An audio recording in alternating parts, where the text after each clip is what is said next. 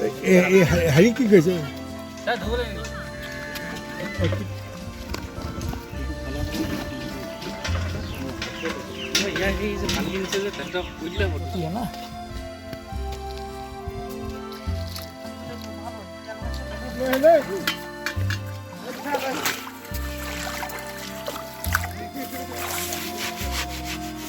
বৰফ দিলে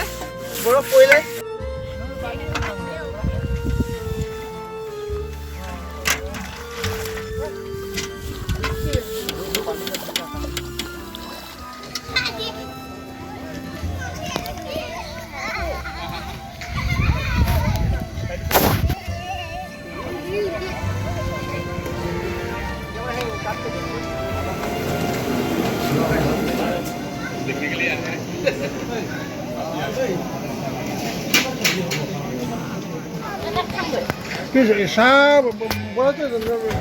চাহ খাব গ'লে ভাতৰ মাৰ খাব লাগিব এতিয়া খাই লওক চাহ খাব আমিও খাওঁ আকৌ দিয়ক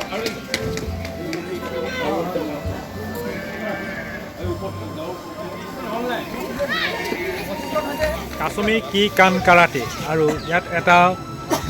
তেওঁলোকে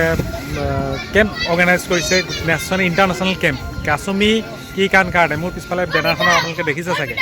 সেইটোৱে কেম্প এটা হ'ব ইয়াত 4 দিনীয়া কেম্প বহুত দূৰৰ পৰা মানুহ আহিছে আৰু এইটোকা মই আছোঁ তৰাজান ৰাষ্ট্ৰীয় উদ্যানৰ এখন ৰাষ্ট্ৰীয় উদ্যানখন লাগি আছে আৰু ৰাষ্ট্ৰীয় উদ্যানৰ ঠিক ওচৰতে গোটেই আমাৰ এই কেম্পটো হৈছে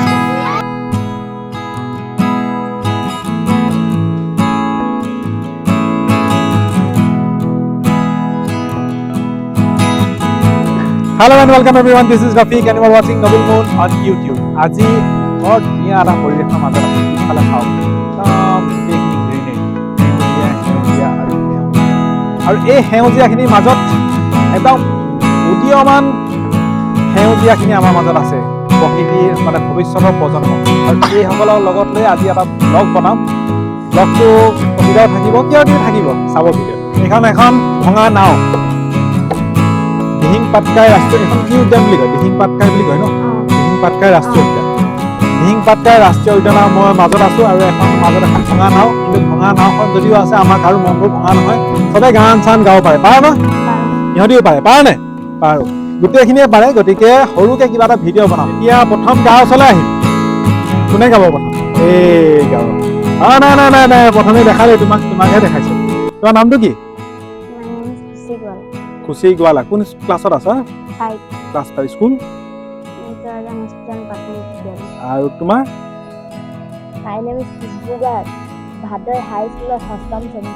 হাই স্কুল আচ্ছা My name is Arushika and মই তৰাজান হাইস্কুল পাটনি বিদ্যালয় পঞ্চম শ্ৰেণীত পঢ়ো এতিয়া কবিতা তোমালোকে ভাল পোৱা নাই বাৰু কবিতা কোনে কবিতা শুনাব প্ৰথম তুমিয়ে শুনোৱা আমাক কবিতা গীত বা কবিতা যিটোৱে ভাল লাগে তোমাৰ যিটোৱে মনত আছে এতিয়া আৰু ইহঁতৰ পুৰা ঠাণ্ডা লাগিছে ন হৈ পালে ঠাণ্ডা লাগিব আৰু তোমাৰ গীতটো আৰম্ভ কি গীত গাবা গীত নে কবিতা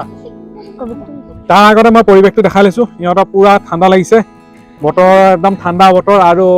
দেখিছে একদম মেঘাচ্ছন্ন যিমানখন গোটেইখন মেঘাচ্ছন্ন তথাপি আমাৰ মনটো কিন্তু ফৰকাল হৈ আছে ভণ্টি ঠাণ্ডা লাগিছে নে পুৰা ঠাণ্ডা লাগিছে গোটেই এইখন নৈখনৰ কাষতে আমি আছোঁ আৰু নৈৰ কাষত এই ঠাণ্ডাৰ বতৰ ডিচেম্বৰ মাহত কেনেকুৱা ঠাণ্ডা হ'ব পাৰে আপোনালোকে নিজেই অনুভৱ কৰিব পাৰিছে আৰু ইহঁতি তথাপি আমাৰ মাজত নবল মুন চেনেলৰ কাৰণে এটা কবিতাও তেওঁলোকে গাব কোনে গাব প্ৰথম তুমি গাবা কোৱা মই এটা কবিতা আবৃত্তি কৰিবলৈ লৈছোঁ কবিতাটোৰ নাম হ'ল গছ ভাল পোৱা ককাৰ খং গছ ভাল পোৱা ককাৰ খং ভাল পালো ৰঘুনাথ তুমি মোক পুতেৰাৰ বিয়ালৈ মাতিলা পিছে ৰভাখন দিবলৈকে আমলখি গছজোপা কিয়নো কবিতা এটা গোৱা গছ ভাল পোৱা ককাৰ খং ভাল পালো ৰঘুনাথ তুমি মোক পুতেৰাৰ বিয়ালৈ মাতিলা পিছে ৰভাখন দিবলৈকে আমলখি গছজোপা কিয়নো কাটিলা আলহী অতিথি যাব ৰভাখন নাইকিয়া হ'ব বোৱাৰী ঘৰখন দিবহি পুৰাই পিছে কোৱাচোন ৰঘুনাথ আমলখি গছজোপা সহজে পাবানে ঘূৰাই আলহী অতিথি যাব ৰভাখন নাইকিয়া হ'ব আমলখি পিছে তুমি খাই ভাল পোৱা নে নোপোৱা পাওঁ আমলখি পোৱা আমলখি দুটা আমলখিয়ে এটা আপেলৰ সমান গম পাইছানে আমলখি ভিটামিন চি থাকে আৰু দুটা আমলখি এটা আপেলৰ সমান আৰু আমি যে আমলখি খাওঁ আমলখিবোৰ আমি পাওঁ আমিতো বৰ সস্তাতে পোৱা নিচিনা লাগে ন গছত আমলখি আছে লওঁ কিন্তু এই আমলখিটোক লৈ পেলাই বহুতে ব্যৱসায় কৰি আছে ডাবৰে চাবোন ব্ৰাছ বনাইছে তাৰপিছত আমলা তেল বহুতে বনাইছে আমলা সৰু সৰু পেকেটত বিকিছে সেই বহুত কামেই কৰিছে কিন্তু আমি আমলখিটো ফ্ৰীতে পাওঁ কাৰণে আমাৰ একো মানে গুৰুত্বই নাই ৰৱা টেঙা খোৱা নাই ৰৱা টেঙা যিটো খাই যে খাওঁ আমি ৰৱা টেঙাটো কিমান খুব বেছি 2 টকা 3 টকা 10 টকা ৰৱা টেঙাটো হয় নাই কিন্তু সেই ৰৱা টেঙাটো তুমি যদি মুম্বাইত কিনিবলৈ যোৱা 350 টকা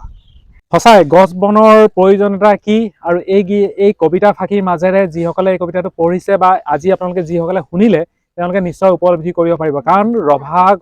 ৰভা ঘৰটো যেতিয়া 2-3 দিনৰ পিছত ভাঙি দিব কিন্তু আমলখি গছজোপা যেতিয়া একেবাৰে নাইকিয়া হৈ যাব সেই আমলখি গছজোপা যেন পিছত আকৌ ঘূৰাই পাব আৰু এয়াই আছিল নহয় জানো এইটো কবিতাটো সাৰাংশ আৰু কবিতাটো পঢ়ি কেনেকুৱা লাগে ভাল লাগে এয়া পোহৰ হৈ গ'ল এইবাৰ ধুনীয়া লাগিছে ন ঠাণ্ডা পোহৰ ঠাণ্ডা একেবাৰে বহুত ঠাণ্ডা যে ডাউন দিয়া বতৰত ইমান বেয়া